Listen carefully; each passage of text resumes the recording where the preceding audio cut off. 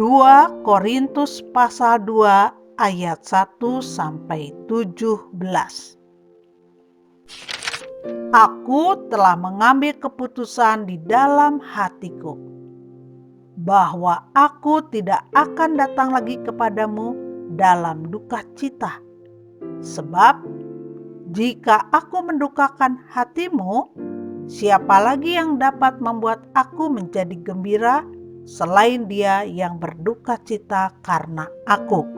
Dan justru itulah maksud suratku ini, yaitu supaya jika aku datang, jangan aku berduka cita oleh mereka yang harus membuat aku menjadi gembira. Sebab aku yakin tentang kamu semua, bahwa sukacitaku adalah juga sukacitamu. Aku menulis kepada kamu dengan hati yang sangat cemas dan sesak, dan dengan mencucurkan banyak air mata. Bukan supaya kamu bersedih hati, tetapi supaya kamu tahu betapa besarnya kasihku kepada kamu semua. Harus diampuni orang yang bersalah.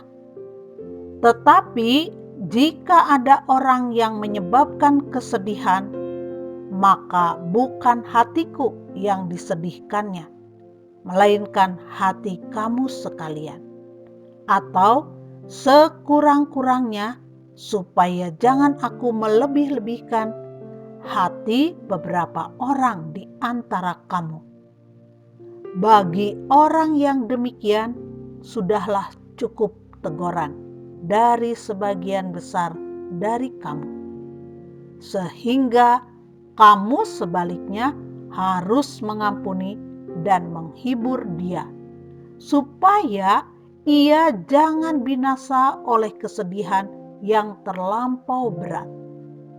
Sebab itu aku menasihatkan kamu, supaya kamu sungguh-sungguh mengasihi dia. Sebab justru itulah maksudnya aku menulis surat kepada kamu, yaitu untuk menguji kamu apakah kamu taat dalam segala sesuatu. Sebab barang siapa yang kamu ampuni kesalahannya, aku mengampuninya juga. Sebab jika aku mengampuni, seandainya ada yang harus kuampuni, maka hal itu kubuat oleh karena kamu di hadapan Kristus, supaya iblis jangan beroleh keuntungan atas kita, sebab kita tahu apa maksudnya. Kecemasan dan kelegaan Paulus di Troas dan di Makedonia. Ketika aku tiba di Troas untuk memberitakan Injil Kristus, aku dapati bahwa Tuhan telah membuka jalan untuk pekerjaan di sana.